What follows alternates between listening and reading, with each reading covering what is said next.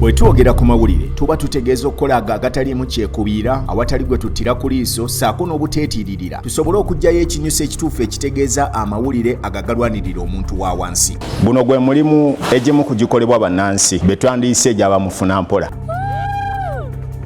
Ebitongole bya gavumenti ebifumbekeddemu enguzi ssaako n'okukozesa obubi ofiisi za gavumenti ng'ensimbi y'omuwi w'omusolo ediibudibwa bye bimu ku ebyo bye tulwanyisa naddala mulimu gwaffe guno. Obumenyi bw'amateeka obufumbekedde ku buli kyalo ssaako n'abakwasisa amateeka ababwenyigiramu abo nabo oyinza okugamba nti tetuli makambo. Kulwanirira omuntu wa wansi ataliiko mwasirizi mu pulogulamu ng'obwenkanya era tugezezzaako okulaba nti tulwanyisa ekibbattaka ssaako n'abo abasengulwa ku ttaka lyabwe nga tebaliiko alwanirira.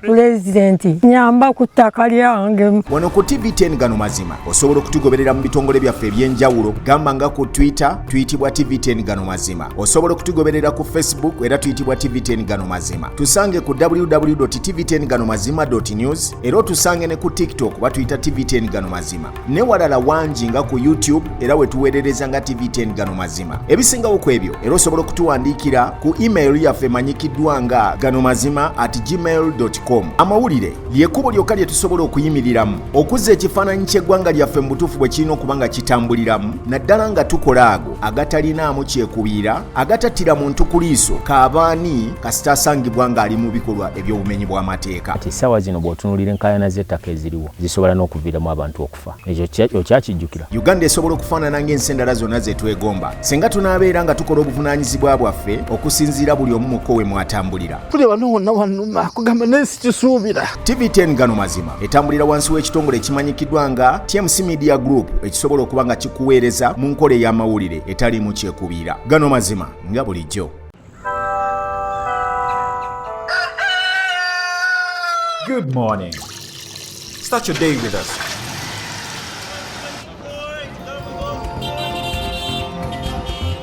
As we bring you the latest hot debates from breaking news, the day's breaking controversies, shedding light on top international headlines, dissecting business and sports with a tinge of entertainment. All of this from the comfort of your phone, tablet, computer or smart TV. Right here on TV10 for The Exit.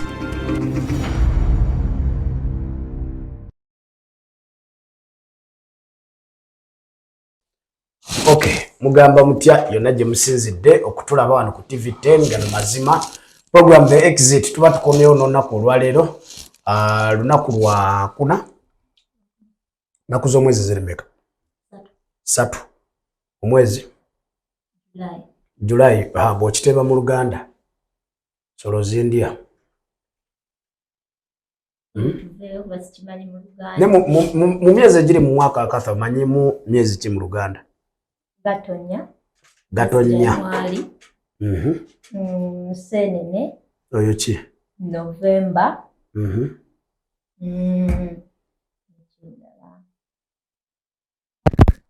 Owakabbiro kikere. Onayo mwezi omulala gw'omanyi mu Luganda sebo?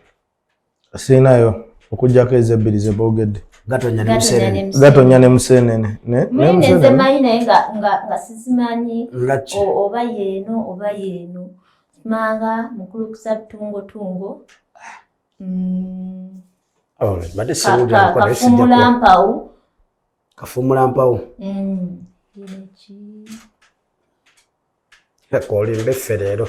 Nekale wamma mwebali kutulaba mwebali kubaako mwezi gwa July bakwante abali mu comment section musobola otuwabulamu obukutuyigiriza mutubulya July yabeera atya mu Luganda gwe bayita batya mu Luganda mwezi gwa 7 mwaka gutambuddemu abafunye ebirungi weewaawo era mmwe kale omanyi nze guno omwaka nno bayirawe sinagufuna mu kirungi ntanga kutandika sinakwasaayo sinakuba muko ddiiru sinafuna muko ku ssente zegasa ze ngamba nti ze zino naye nina essuubi because ng'omuzungu bwakyogera nti who is a man without hope obeera musajja kiggwa atalina ki ssuubi. So omuntu yenna abeererawo ku ssuubi inshallah katusuubire nti omwaka gunaggwerako tujja kubanga ebirungi ebyo tubituuseeko nammwe abalabiddemu ennaku abafiiriddwa abantu baabwe abafiiriddwa bizinesi zammwe abagobeddwa ku mirimu relationships be bakyaye bintu bingi nnyo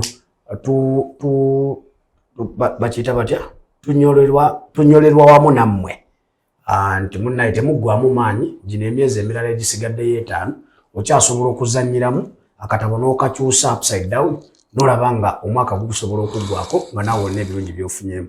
Omanyi wano mu gavumenti ya Museveni oba mu bbanga mwami Museveni lyatufugidde ebbaaga okugaggawala omuntu asobola okukeera enkya nga agaggawadde. Abamu ku ffe betumanyi naddala abali mu myaka egyaffe bagaggawalidde nnyo mu mbeera ya ddiiru naye kale tomanya nebbanga kisoboka ddiiru nejja papa n'ogikuba nawe n'ofuuka ensonga. Nenyongera obajjukiza nti Mediation Concept Avenue batteekamu ensimbi okulaba nti tulabikano ku the exit Monday paka Lwakutaano okubaweereza okwogera ku nsonga ezimu eziri mu ggwanga wamu n'ebweru w'eggwanga. Mwebali kutulabayo na gye muli nga bwe nsiba mbajjukiza nti mu abali e UK, abali e Canada, abali e USA n'ebitundu by'ensi yonna yonna ebyenjawulo. Waleka kuno akatakako oyagala kakebera nti oba kakyaliyo omuntu gwe wakalekera okulaba nti akakuuma teyakatunda teyakateekako bapangisa oba ali tokyagala oba teyalikolerako kikyamu kyonna. Taata kataka bakatambuliza mu ngalo. Kataka bakatambuliza mu ngalo. Lwaki se? Njogamba akanyombe. Waleka ettaka lyo. Ante omanyi nze mbeera ne muzeeyi wange asiba okwogera nti naye nagulayo akataka kange eyo abantu abasinga nno bakayita kataka naddala abandi nagulayo akataka kange eka zange nga 10 kuba abantu balina square miles media bakayita kataka naye nga kumwe temukiwulirako nga bakayita kataka katwalanga ekintu ekyomuwendo. Nekyo nakyo so osobola bakubirako ku noti 753 oba ku noti 782 omukyalo najja kukwata essimu eyo mwogeremuuko naye mulabe nga asobola okuwabula oba okuwa amagezi ku nsonga z'ettaka zonna z'olina. Ngenda musaba babuzeeko then tulabe nga tugamba ebigambo gye tugenda mu maaso awo. Kafe oli otya oba oliyo otya? Mbadde nsaba leero abantu babuzeeko mu lulimi olulala olutali Luganda na Luzungu. Sirina kati olulimi lulala lwemanyi. Manyi Luganda na Luzungu. Naye nga ate toli Muganda. Ngolaba siri Muganda? Toli Muganda. Ngolaba siri Muganda? Okay. Nze ni Muganda, mwasuze mukyabalabi baffe, abakerera wamu naffe, gwe noba ng'ozuuka ku makya, nomanya nti ogenda gula kadatako owaka wifi poli, naye ng'ogenda zuuka wamu naffe obeere ng'olaba the exit, abamu oyinza osanga ali mu mmotoka avuga naye nga just awuliriza buwulirizi. Tubeebaza nnyo abatwekuumirako buli ku makya, temujjanga okwo. Okay. Kimuli, mu lutali Luganda, olutali Luzungu, olutali Lujamani, olutali French, omanyi naku zino badde tutabukidde. Buzaako ku bantu mu lulimi olulala lonna. Oyinza n'okuba ku bigambo bye wayogedde jjo. Oyinza n'okuba Olunyankole waluyizise.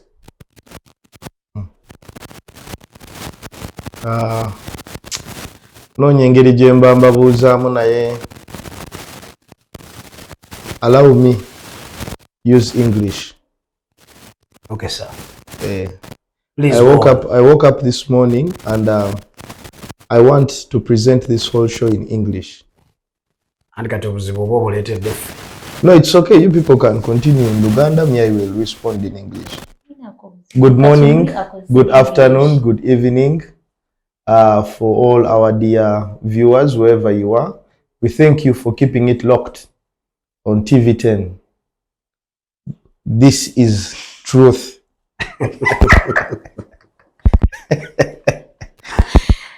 The exit. My name is Brandon Chimuli Joshua Sanu, and I'm happy to be here. Wow. Okay, back to you. Kale, oyo ye Brandon Chimuli Joshua Sanu. Ono ye Kathe Mirembe ku program The Exit. Kathe, mtabani wa jajja Gano Muhoozi. Yavuddeyo n'agamba nti bapasita bano ababuulira enjiri naddala ku kkubo bano betusanga mu jjaamu. Pasita n'agamba mwana gwe oliko ekikuliko oba ekikutambulirako ky'obadde tonnamanya. Naye kankusabire pasita n'agamba mwana gwe ogenda kufuna ssente mwana gwo genda kukola bwoti bobakeredde agenda kubatabukira abagobe ku kkubo okirinako obuzibu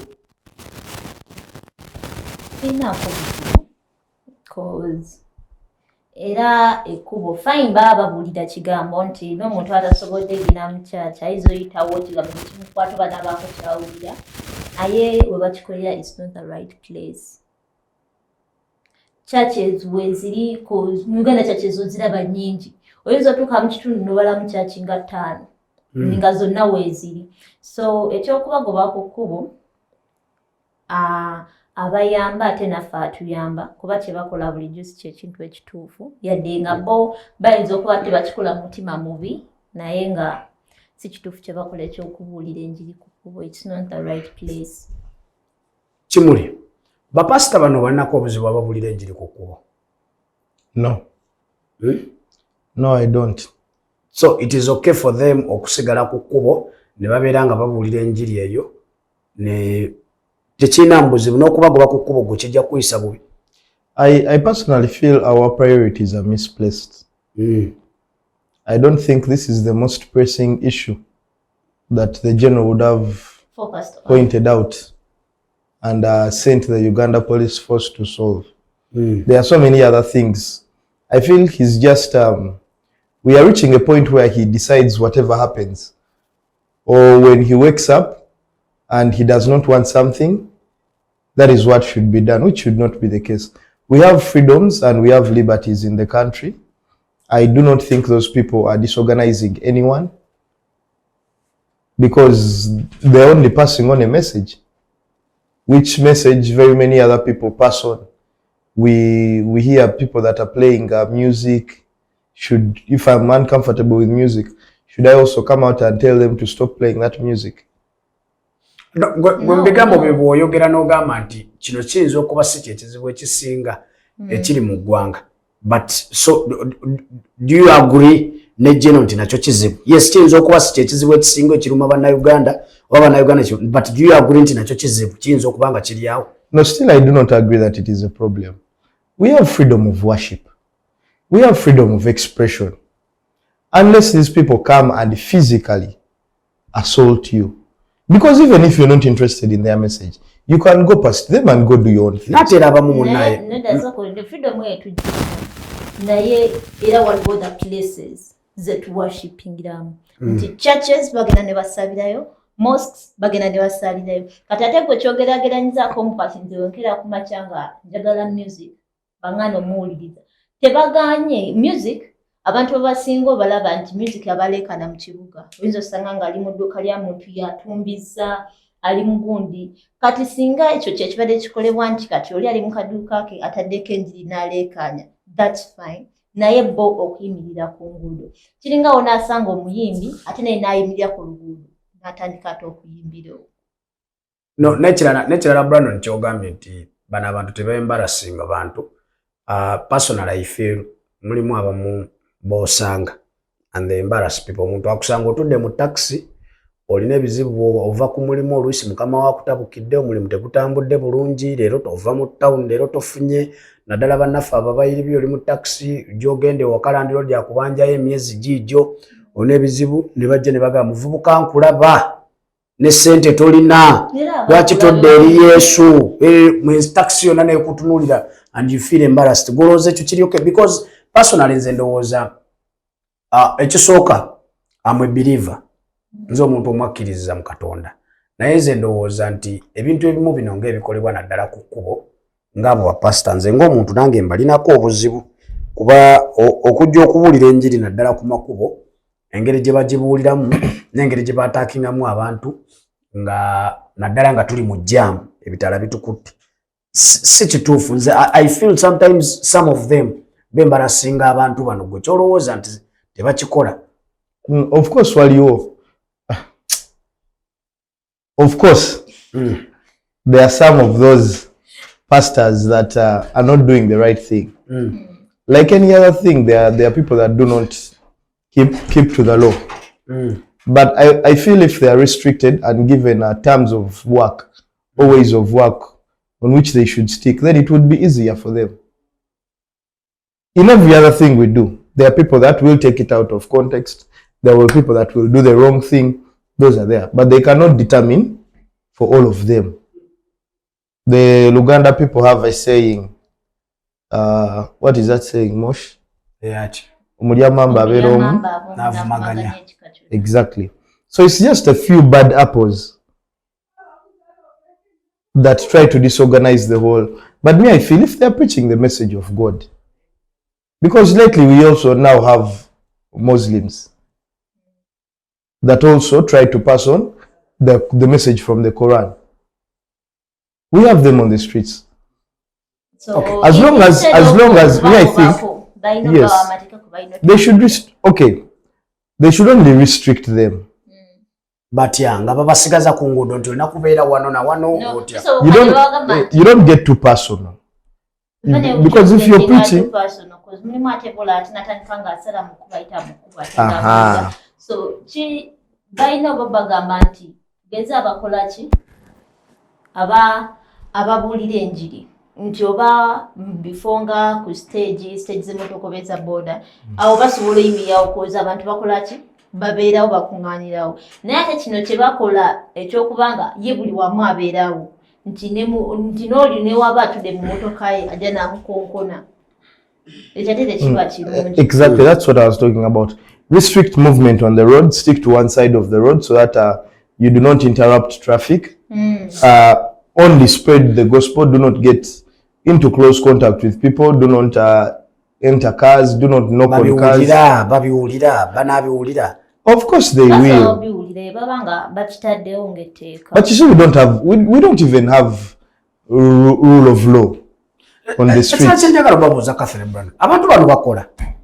Because okera kumacha sawa emu sawa 12 sawa 2 sawa 3 omutuntu lunch time olweggulo after nga abantu baddayo ewaka nobasanga ko kungudo bo bakolawa bo bakolera mukama. Maybe that is their work. Bakolera mukama bafuna bati. People give them money, people give them as if they are giving tithe. Wali abantu abawa sente. Yes. Yeah, there are people that are touched by that message and they put for them something. Go ita oluyanga message ojagadde kukuteko osobola okutekawo sente nga waaye ekiweebwayo. At the end of the day, this man has preached the gospel and he has also earned something. So maybe it is also a source of income for them. Ate waliwo ekigambibwa nti mulimu churches ezimu ne masigidi ezimu ezisindika abantu bano bagende kukuba babuulire enjiri then omuntu wekwatako you can get attached ku churches zino mbwera kigambibwa mu association z'aba pastors zino zisindika abantu kukuba babuulire enjiri eno omuntu bw'aba maybe ekigambo kya Mukama kimukutteko asobola okudda eno mu church n'abeeremu ku ndigeza churches. Could that be right also?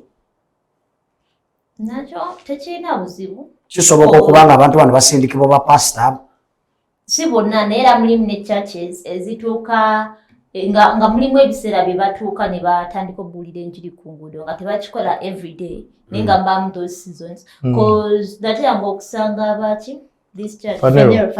Yeah, Fanero has a day in the week where they go out and they preach the gospel. For them, it's just a way to let people know that God exists. You can worship him. So go that church osobola ogenda ku church ya butu nomo oba nofuna church wosabira. Chandi badoke singa n'abenzikiriza endala kati nga abakkiririza munono n'obuwangwa Abaisiramu aba Orthodox aba Seventh Day n'abalala bonna ne bajja ku gundi. Tewali gwe baagaana kuba singa baali bavaayo ne bagamba nti abalokole babeereko ate abalala ne babagobako ekiwandi kyogedde naye bali maybe they don't have that interest ezikola ekyo naye mulimu n'abasiraamu era babeera ku nguudo abamu nga basoma Quran. Near Gazaland there is a traditional man just in the center there. Gazaland wanseri mu kibuga. Yes. Akola ati. He preaches his message. He's in a kanzu with some back cloth and he has those traditional things. And he keeps preaching his message, so no one has ever stopped him. But even then, you see, the difference is the other churches, say the Catholic Church and Protestant Church, Seventh-day Adventist Church, usually have Orthodox, usually have specific days for their prayers. And churches, now you see the Pentecost people, the ones that they call the Balokole, are spread out. You could even find a home being turned into a church. And they do not have specific days of prayer. For them it is open. That is why you see them on the road every other day. Kathe, lwaki ebintu bino ebyabasumba n'abantu abalala babulira enjiri ku kkubo tetubiraba mu mawanga malala, lwaki biri Uganda wokka? Bw'otambulako mu mawanga amalala ndowooza simanyi oba gwe wali otambuddeko, bw'ogenda e Rwanda tosobola kusanga mubuulizi wa njiri oba muisiraamu oba mulokole oba muwakkiririza munono na buwanga oba wanzikiriza yonna osobola kusanga ku kkubo. Nagenda e Tanzania sina gwe nalabako ng'ali ku kkubo. Gendako ne mu mawanga g'abazungu nabo tosobola basanga ku kkubo. Lwaki kiri waffe wano Uganda? I have seen videos. Agamu. I've seen videos in America. Yes, people preaching on by the roadside. People preaching. N'amawanga agasinga tebiri. Lwaki? Just ebintu ebisinga nti kiyinza okuba tekifuluma kulabika eno naye nga bivaayo. So jeno kyaliko gwe n'ensonga yonna omuwagira gwe nga Kathe? Nze I personally sikiinaako obuzibu naye bw'aba nga atuwa strong reason as to why ayagala okukikola ki beera ne sayidi abagobeko oba basigaleko. Abawe just laws basigaleko yagaba amateeka si yakola amateeka kale state ebawe kye balina goberera. Baba restricting kino temukikola kino kye mba mukola basigaleko naye nga they are orderly. Because bye ebigambo bye babuulira tebiina buzibu, ekisooka tebyesittaza nti oba omwana omuto waba akiwulidde kimwesittaza oba mukulu oba muto yenna akiwulira kimuyamba buyambi. Brandon, awo njagala okubuulira gwe bw'ogamba nti ababuulizi b'enjiri basigale ku nguudo ate enkya n'okeera n'ogamba abatembeeyi n'abakolerako emirimu emirala bagobe ku nguudo baveeko ku nguudo bagende bakolere ewalala ate nga ne mu bigambo byammwe mwogedde nti bano guno gwe mulimu gwabwe. Kinaalabika kitya singa bagobaka abatembeeyi ate bano ababuulizi b'enjiri ne basigalako? Is that okay? Those are two different things. Because for someone that is selling something, the customer has to stand, look at what the customer is buying, pick out money, pay. There is a whole process. There is a whole transaction process for someone selling. Never mukola. Yeah, it's different. The other person is not working. Mbaba buuziza Brandon. I said nti gwe mulimu gwabwe. It is voluntary. It is voluntary for you to put money. Even if you don't put money, he will come back tomorrow. Naye omutembe togenda twala kyayina olememu wa ssente.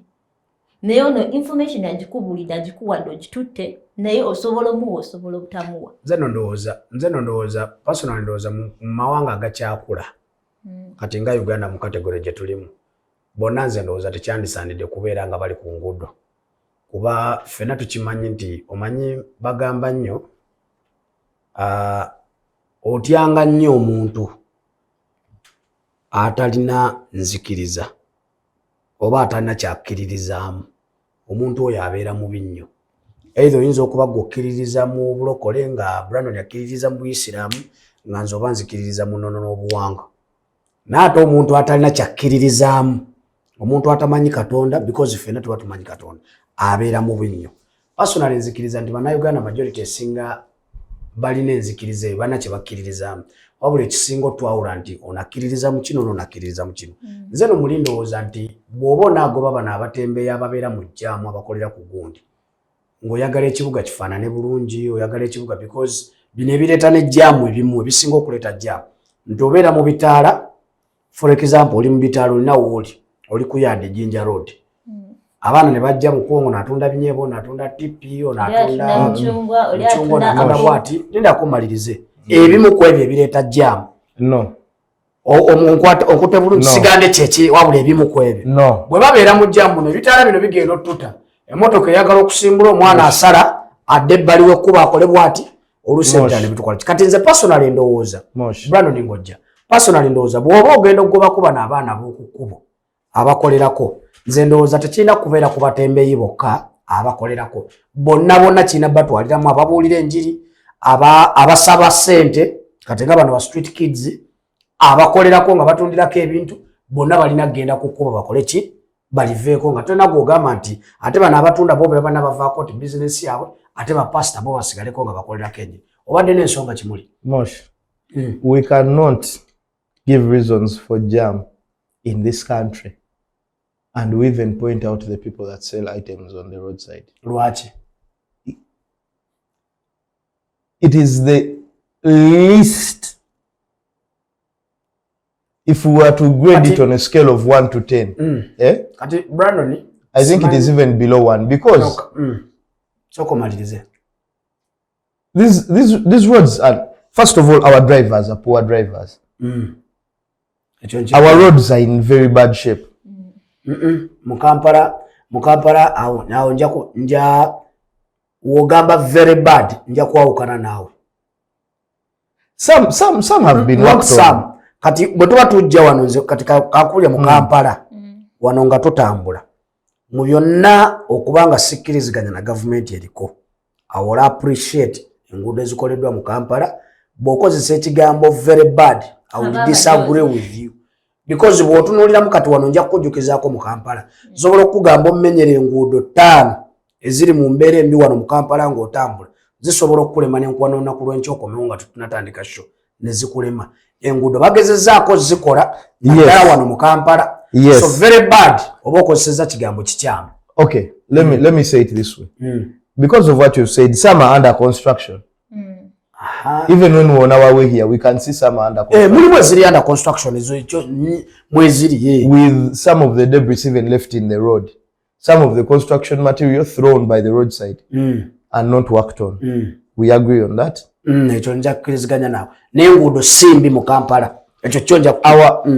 Okay, they've improved. They've improved. Let me give the credit where it's due. They've improved. Now you look at some of the reasons we have jam. First, the very first case point is we are poor drivers. From the ones that man the cars to the ones that man the borders, bicycles, because none of us are respecting the traffic rules. Exactly, none of us follow the traffic lights. Traffic rules, but most especially the traffic lights. Because you can find people that are still passing even when the light is red. That means when they go through, these people that are supposed to now go through are held up. And then you find the whole commotion and mess. And police officers have to now come in. So if we go back, we cannot use these people that preach and sell items as a reason as to why we have jam. Okay, what I mean is, you cannot blame them for jam. For one of the reasons that they should be, for you to send them off the road, you cannot cite jam as a reason. Munsonga zonna zonna ezirese jam ensonga nnyingi bw'oŋŋamba oziteeka mu order of course sobola kiteekawo nga guno but njagala osooka obeere critical naddala ennaku zino ng'otambula.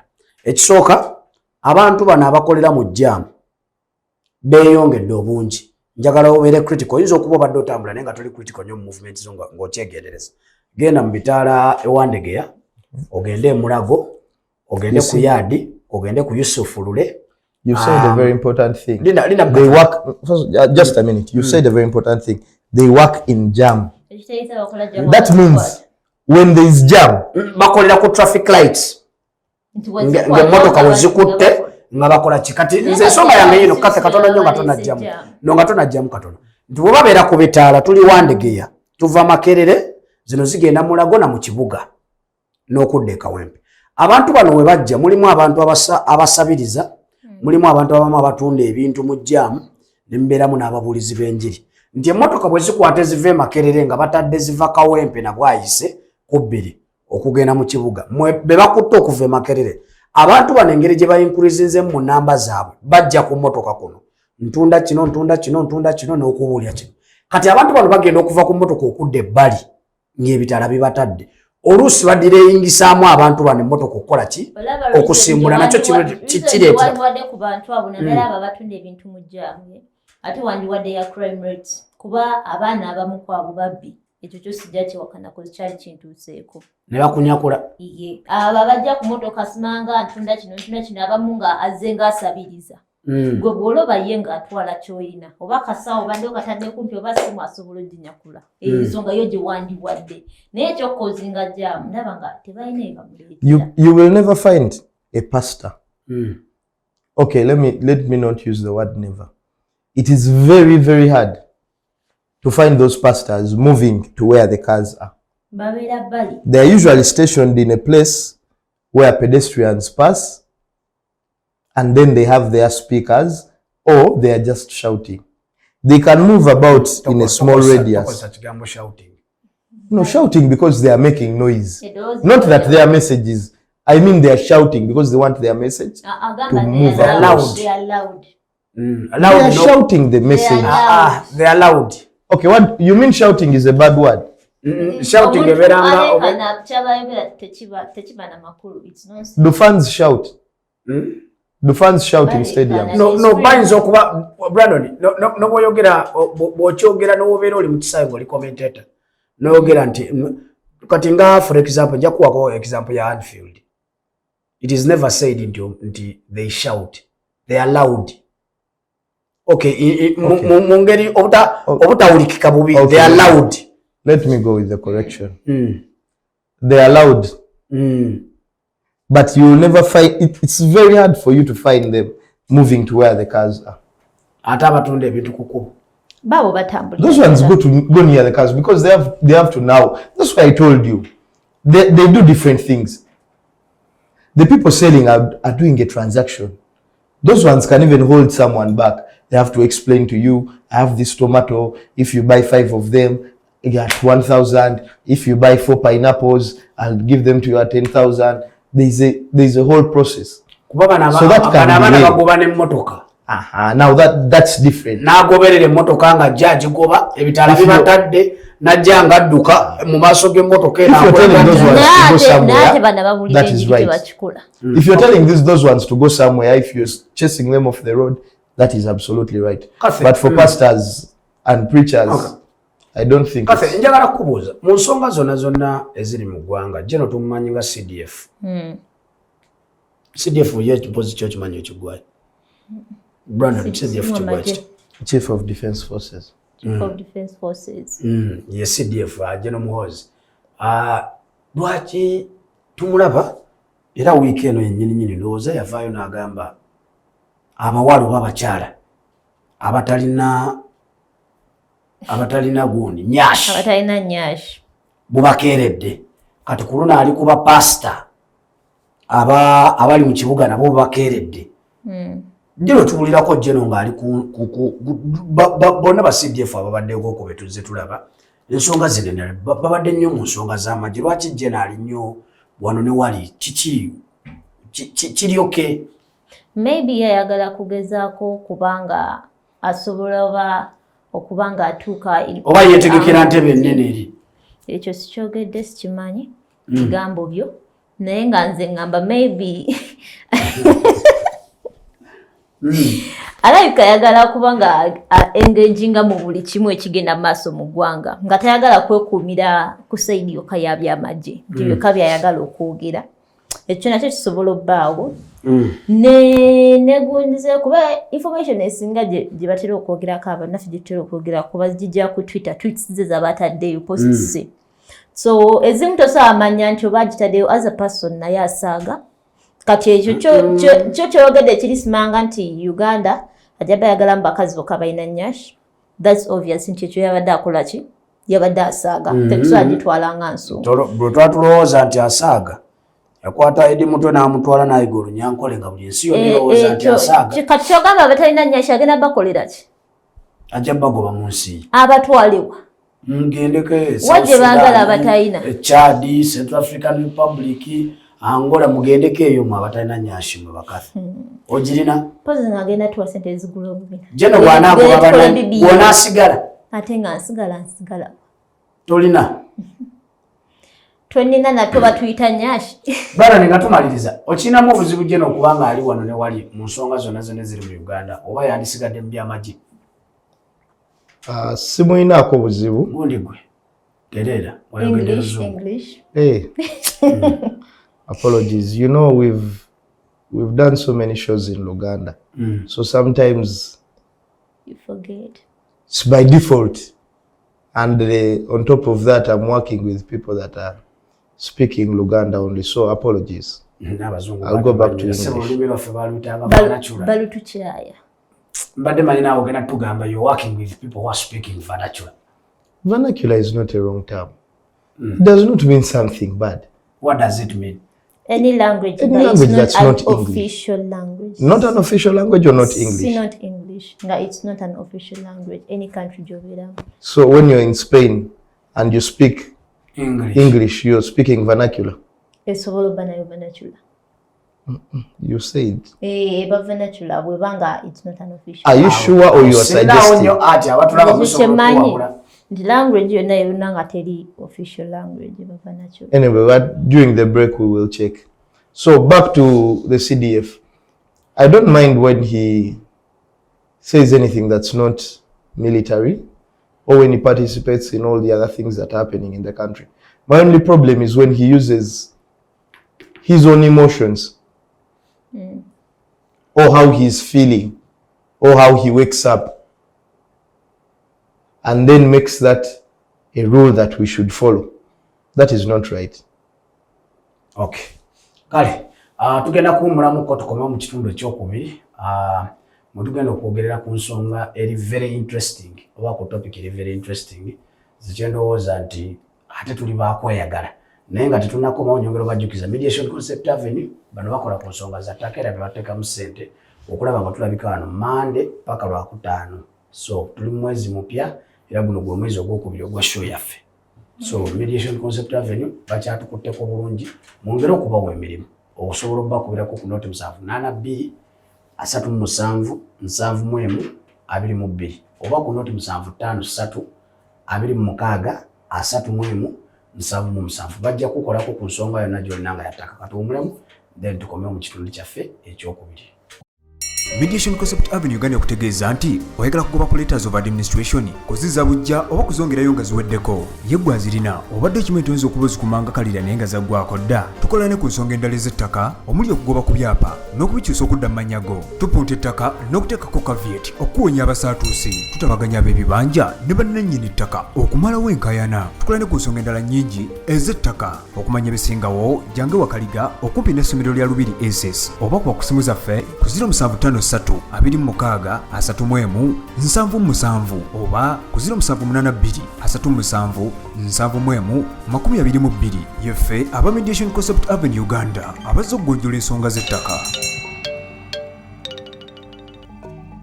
Leero mu byafaayo bwe lwali bwe lutinga ennaku z'omwezi 3 omwezi ogwakasambula guyite July mwaka 1976 obulumbaganyi bwakolebwa ku kisaawe ky'ennyonyi Entebbe omwafiira munnansi wa Isirairi Lieutenant Kano Yonathan Netanyahu ng'era ono yali omukulu wa Prime Minister wa Isirairi Benjamin Netanyahu. Mu bulumbaganyi buno omwafiiramu abantu bangi ddala omwali ne bannamagye ba Uganda 45. Obulumbaganyi bwagenderera nnyo bannansi ba Isirairi kubanga ne ku nnyonyi emu kwalabwako abasaabaze 25 abaali bateefaananyizibwa kubeera Bayudaaya n'Abayisirayiri nga bateebwa okugenda okulya obutaala nga obulago bw'enkoko butasibwa mu muguwa kyokka nga buli yali yeefaananyiriza Omuyisirayiri yakwatibwa. Ebyokulwanyisa zisabyalo nga Miigi ebyali eby'eggwanga lya Uganda byayononebwa bya nsusso kyokka ng'ekyamala abangi enviiri ku mutwe kwe kufa kwa Lieutenant Yonathan Netanyahu omukulu wa Ssaabaminisita wa Israel.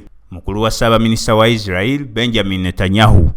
Omwaka gwa 2016 Prime Minister wa Israel Benjamin Netanyahu yagenyiwalako mu ggwanga lya Uganda okujjukira emyaka 40 oluvannyuma lw'okutemulwa kwa mukulu we. Woolabira bino nga giweze emyaka 49 beddu bukya Yonathan Netanyahu afiira mu kasambattuko kano kyokka nga bino bijjidde ng'eggwanga lya Israel liri mu lutalo n'eggwanga lya Iran wadde nga ne lwe baatandika Palestine mu kibuga Gaza lukyayinda. Kibojjera ku lwazi kyesiga mumwa mugumu anti bulijjo yeemanya amalwaliro atatega ŋŋaali. Eggwanga lya Isirayiri lizze lirwana entalo ez'enjawulo kyokka nga n'oluusi ekigendererwa kyabwe kikubula. Okay, mukulikeyo mukuumulako kwe tubaddeko eyo okwabakama baffe mwe bali kusigalako ne mutulaba ne mugamba nti TV10 Gano Mazima mwe abaliko era tujja kubalaga mwe bali kulaba programu zaffe ez'enjawulo ezibeerako pozi tulina programu kyendala kuno ezibeerako osobola ozimenyera ku bantu.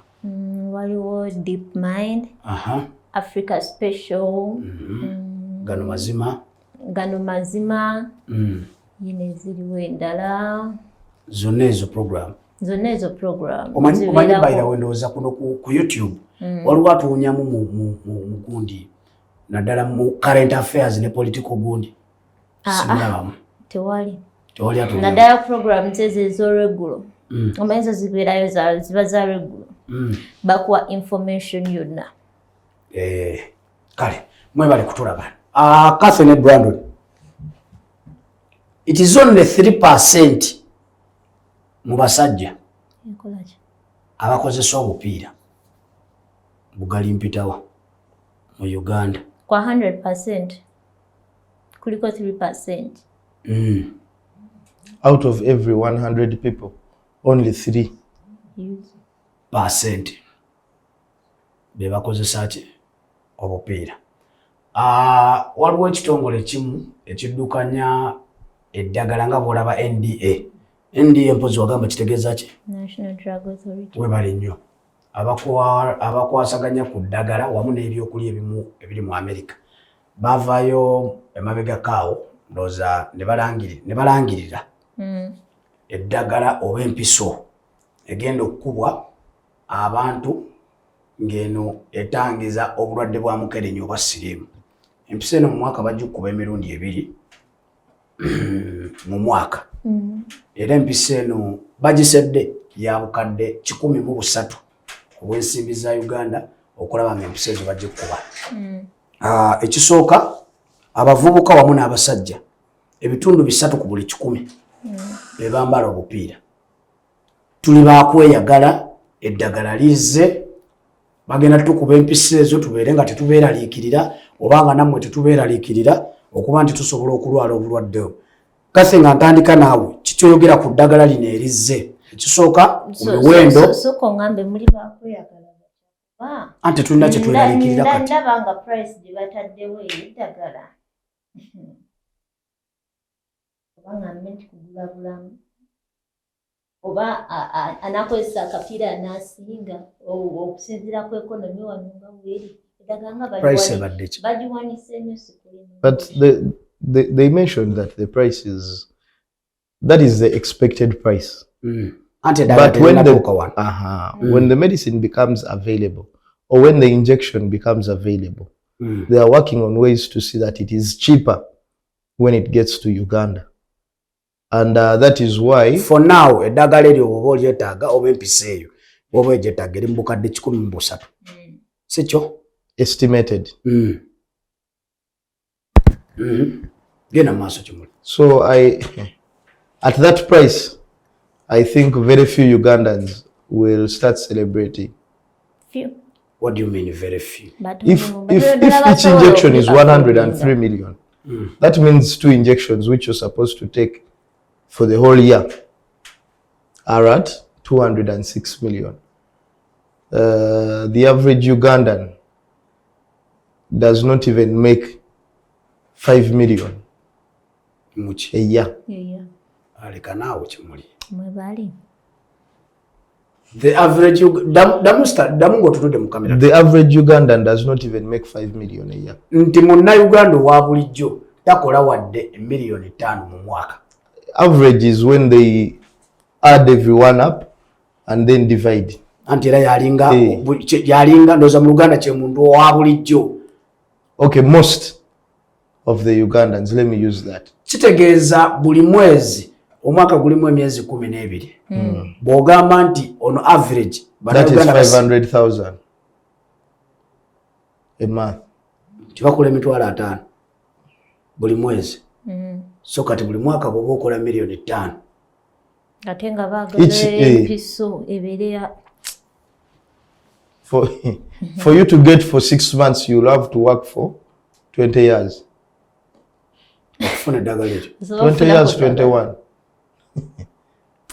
But when I begin to celebrating up for now, pakangi Eddagala, Lituuse, ne basala ku miwendo.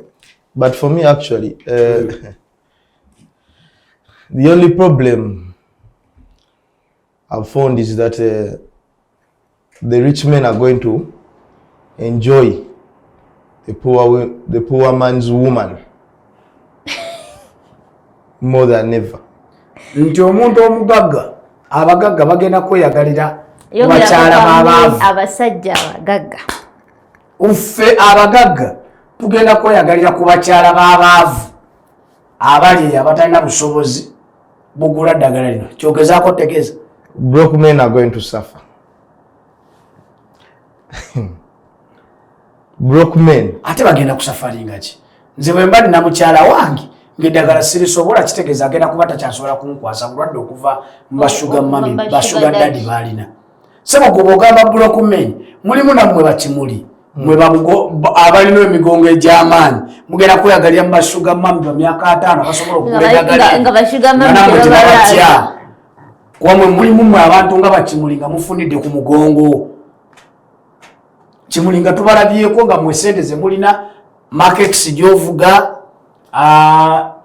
gy'osula ku apartment byonna bifunidde mu mugongo. Kati tokyana kweraliikira nti kishuga mami kino kijja kunkwasa. Era omugamba bugambe mami nzija ekyanja empiso bagikubye nti steady nga tagenda kuddamu byakukebeza. So kati tayogera bwogezi ku kyaba broke men. Namwe ba broke men bashuga mami ambe mbadde nabo ekyanja emunyonyo muyenga kololo. Let us be clear. This injection does not heal. It prevents. Yes. But we've also been having medicine that prevents. Prep. Anti eryo libaddewo nga bwenzija wa kafereero. Nemmira prep. Nsobola okwegatta naye nesifuna bulwadde obwo. N'ate tekimpa garanti nti wayitawo ennaku 2 oba 3 n'engenda ow'omukyalo omulala ndira prep yajja kuba akyakola. You take another tablet. N'ate lino bakuba empisa emu for 6 months. N'obeera ng'osobola okweyagala ku January ogenda mala 6 months nga tozeeyo mu ddwaliro. Okay, but N'ate kyenayo ku ddagala lino kyeneebuuza banate abaana abato bo babakwasaganyiza batya kozi bagambye eddagala balikuba omuntu nga alina emyaka 15 n'okweyongera waggulu. Tulabe scenarios abasajja nga barapinga abaana abato ekyo kibaddewo. What if I'm raping nze nga alina sirimu? Anti kati Kathe mu kitongole kino ekiddukanya eby'eddagala mu ggwanga erya America kyakozebwa kiti eddagala lino oba empiso eno yakukuba muntu ng'asukka kilo 35. It is estimated omuntu yenna ali above emyaka 15 asukka ekilo 35. Ne bagamba eddagala lino lyakukuba muntu asukka emyaka 15. Oba okitegeera kitegeeza nti awo oba okuzeekuzeemu kuba mulimu n'ensi ezimu ze tumanyi naddala ensi ez'Abawarabu tiwowoza emyaka 15 osobola okwegatta mu nsonga ziri ez'ekikulu oba okyasobola fe wano mu ggwanga tumanyi nti emyaka 18 omuntu waba asobola okuba ng'akoze eki that medicine is intended for people of sane mind and of adult age. Because for them they know that when you take this medicine you can go ahead and do what you want to do. Now for cases where people are raped or defiled, this medicine cannot help because you cannot take it after being raped. So even if we are talking of adult women that are raped, this medicine will still not help them. Unless for them they will take it and wait. Kathe. For any eventuality. Singo badde ne sente eddagala lino wempise no wandigiguze n'ogyeko. Ng'oli museegu nnyo.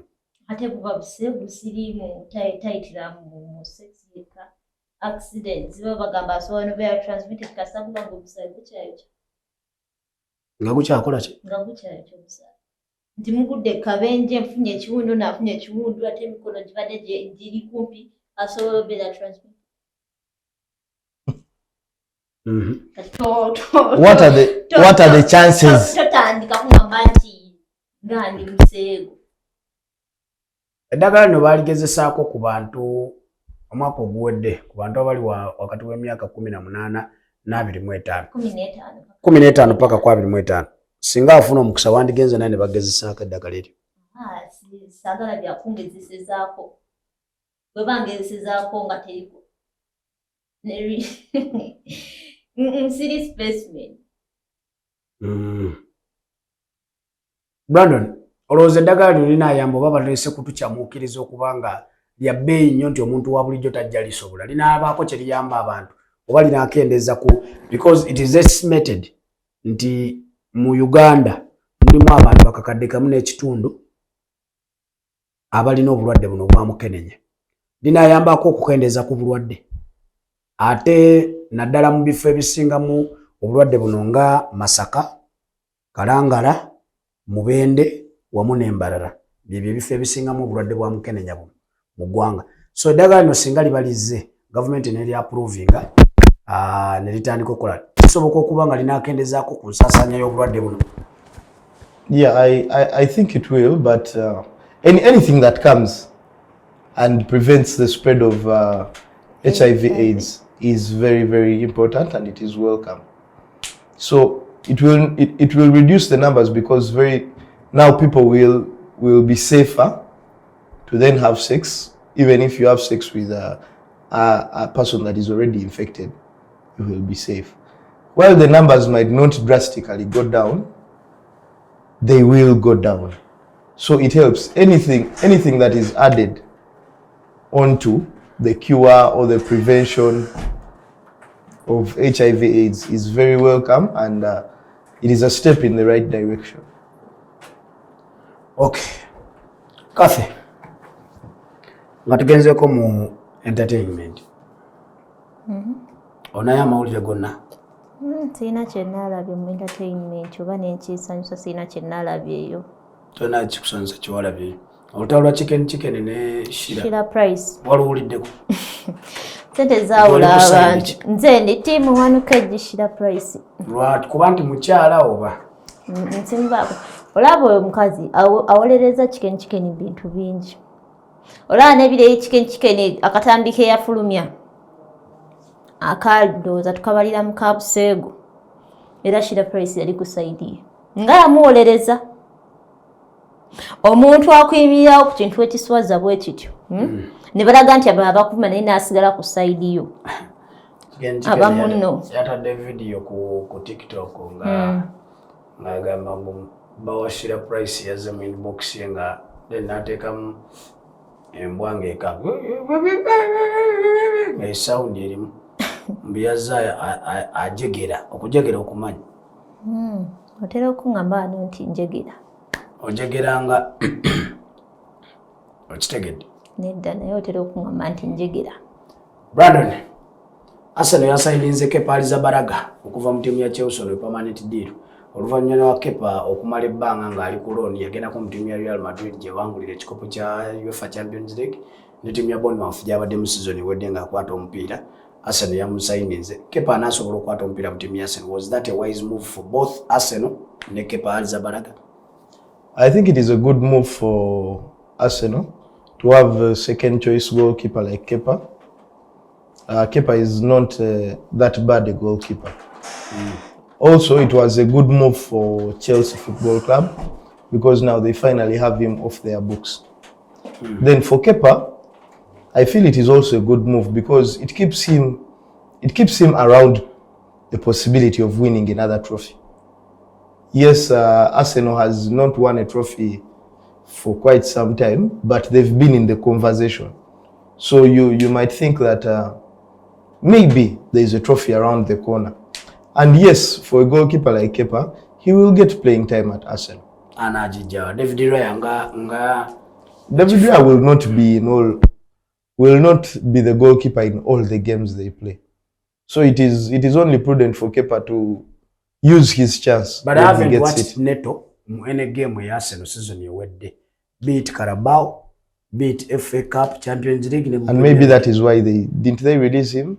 Yaddayo. Exactly, that is why he was not kept, and instead they brought on keeper. Maybe he was not good enough.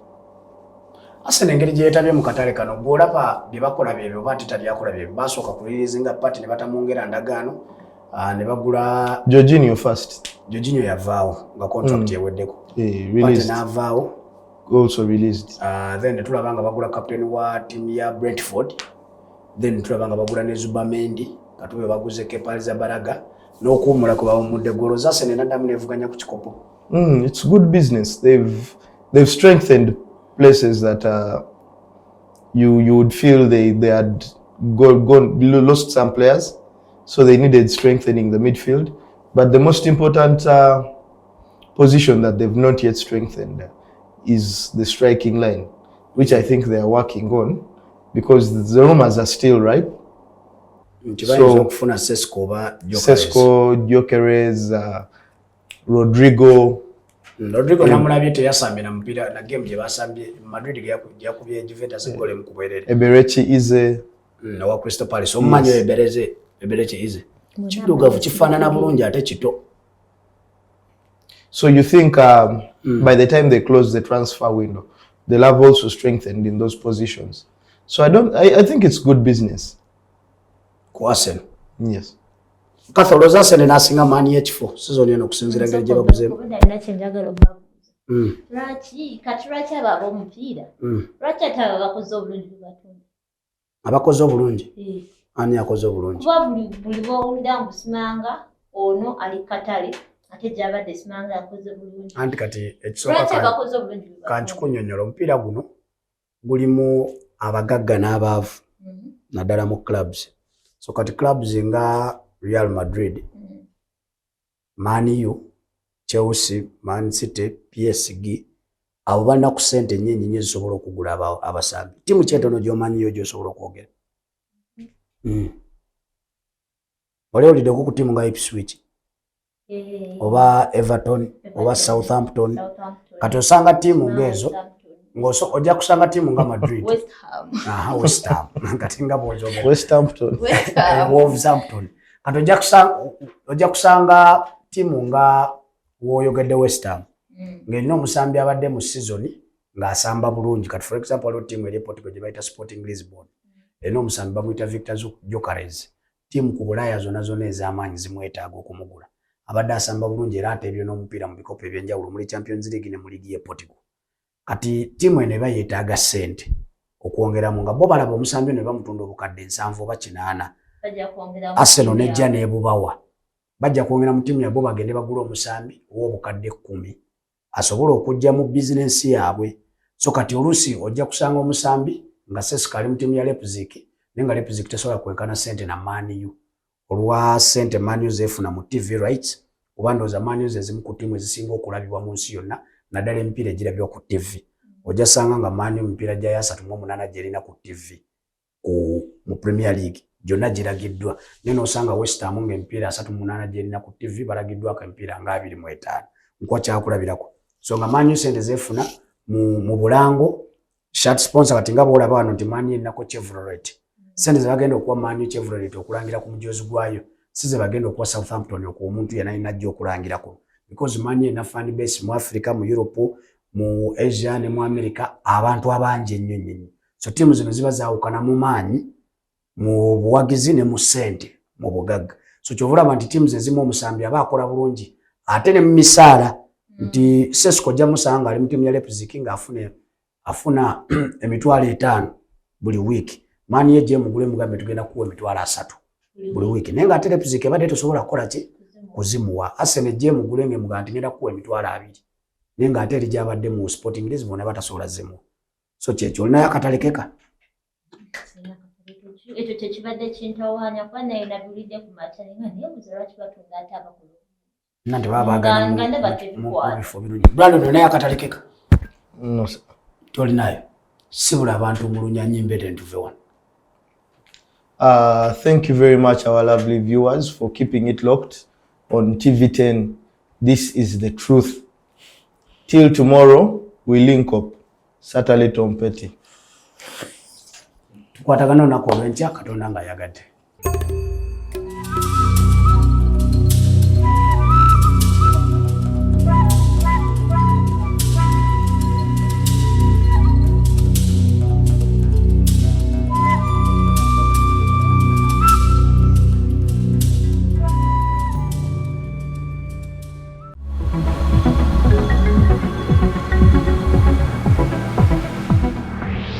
TV10.